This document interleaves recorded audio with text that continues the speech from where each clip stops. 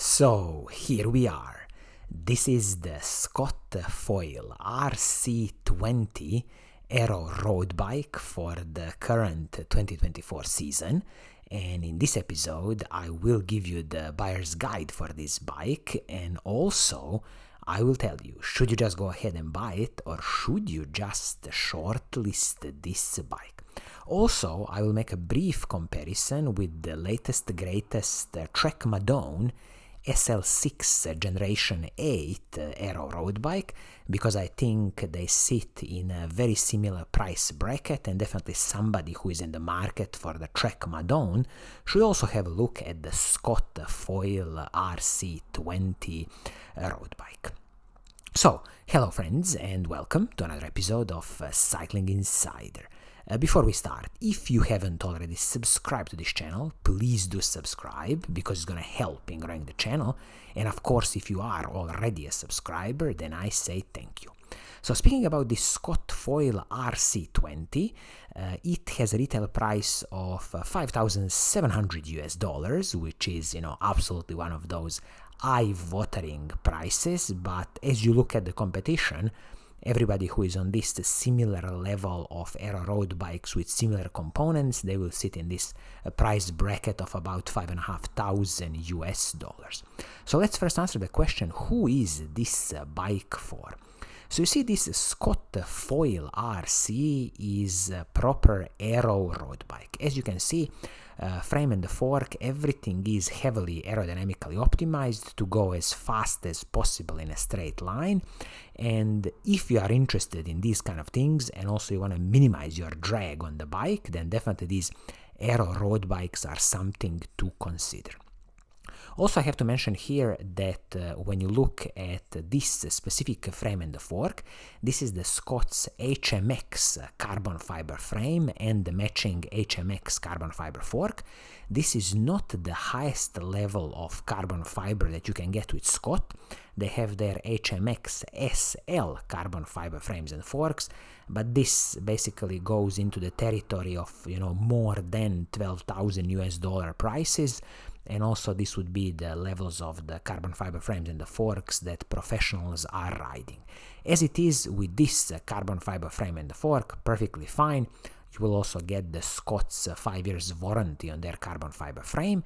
And I will just mention here that this frame comes with a press fit bottom bracket, standard Shimano press fit bottom bracket, and 12mm through axles front and the back. And you also see how in the front they've nicely, aerodynamically optimized the fork, so it kind of nicely closes the true axle.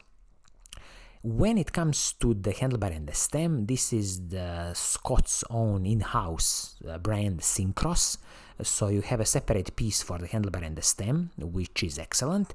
And also this handlebar and the stem, it is aluminum, no problems with that. If you want in the future, of course, you can upgrade to a carbon fiber handlebar, but I don't think there's any need for that. And what's good here is that since these are separate pieces, you can still, finally tune your position on the bike, and if there's any replacement needed, it's going to be easier to replace, for example, this handlebar. For the stem, I'm not so sure if this is some kind of proprietary design of Scott. That's something you'll have to check with your local bike shop. Also, as you can see here, all the cables are internally routed. That's why you have this beautiful clean look of the bike. But if anything needs fixing from your hydraulic disc brakes or any kind of cables running internally, then definitely you need to go to your local mechanic to help you sort it. Let's have a look at the saddle and the seat post. So the saddle is from Syncros in-house brand. If you don't like this saddle, it's going to be very easy to replace. Nothing is proprietary here. And also this seat post, a carbon fiber seat post with a bit of kind of elastomer absorption material here, just to soak up a bit of the road bumps. But again, as you see, very thin, very aerodynamically optimized, so as the rest of the bike. So all in, for this carbon fiber frame, fork, and some smaller components like the handlebar, stem, seat post, saddle, everything perfectly fine, no special complaints from me. Now let's talk about the Groupset on this bike. So you see the shifters, front mech and the rear mech, everything is a Shimano 105 Di2 electronic Groupset. So this is the 12-speed electronic Groupset from Shimano, and with Shimano electronic group sets. The front mech and the rear mech are connected with a cable, as you can see here, and also the shifters communicate with the front mech totally wireless. So this is a bit of specific solution for the Shimano Di2 electronic system. When you look at the SRAM fully electronic system, fully wireless system, they don't have any cables connecting, for example, the front and the rear mech. Also, in this instance, they didn't cut corners. We have a Shimano 105 crankset, and this is 5236 chain rings at the front. It is paired with the Shimano's 105 cassette, so this is 1134 cassette. So you have a beautiful range of gears here, and definitely if you are climbing any steep mountains, you shouldn't have any big problems. And I will just mention here that the chain also is from the kind of Shimano 105 level chains, 12-speed chain. But in the future, when you destroy this chain, you can use any of the 12-speed compatible chains from Shimano's road bike range or even mountain bike range. I will mention here that the hydraulic disc brakes, front and the back, are Shimano 105 level, and it's a good thing here that they are using the Shimano's 160mm braking rotors, both the front and the back. And as I can see, these are the Shimano's RT70 braking rotors, perfectly fine, no problems as it is. The only tip in the future is that when you destroy these braking rotors, if you want, you can upgrade to, for example, Shimano Ultegra braking rotors, just because they will have a bit better heat dissipation than these RT70 braking rotors. I have to mention here that when we talk about the wheel set on this bike, this is interesting because this is the Syncross Capital 1.0 aero wheel set. So this is a carbon fiber wheel set from Syncross. It has a 60mm rim height, and internally it is 25mm, which is nice and wide. And also you have to pay attention here that this wheelset is a hookless rim design. It is tubeless ready, but it's a hookless rim design. So in this instance, you just have to be careful when you are replacing tires on this wheelset that the tires you are putting on are hookless compatible, because these tires will usually be running lower pressures than your regular tires, and definitely all the manufacturers now have some kind of hookless compatible tires. So just make sure that this box is ticked. Also, with this Syncross wheelset, this carbon fiber one, the hubs on the wheelset are from Syncross. I can't comment on the quality of these hubs. I thought that Syncross would usually use DT Swiss hubs, but on this specific model is the Syncross own hubs, 12mm through axles front and the back, and also the spokes are from Syncross. The total weight of this wheel set is 890 grams for the rear wheel, and also I believe about 700 grams for the front wheel, so let's call it about 1600 grams for a total package, which I believe is very competitive, considering that this wheel set is a 60mm deep aero wheel set on this Scott foil bike.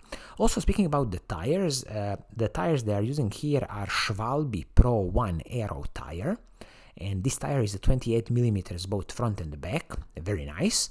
And in the future, if you are replacing the tires, I believe you should go a bit, wider in the tire. For example, 30mm tires or even 32mm tires. I believe this frame will take up to 32mm tires, just because you're going to have even more air volume and even smoother bike ride. Also, Scott is claiming here that the total bike weight, this is without the pedals and any bottle cages, is approximately 8.2 kilograms, and I'm guessing this is for some kind of a size medium. And now briefly I'm gonna make a comparison with the latest greatest Trek Madone SL 6 Generation 8. I recently made a video about this bike, so you can find it in my library and have a little more detailed look, but briefly speaking, with this latest Trek Madone SL6 in this instance, the retail price is $5,500, so a bit cheaper than that Scott Foil RC20, which is $5,700. And again, you are getting a classical carbon fiber frame and fork from Trek, their OCLV SL level, with this very specific ISO speed at the back, a nice, marketing trick. It looks nice. Maybe there is some aero gain, who knows.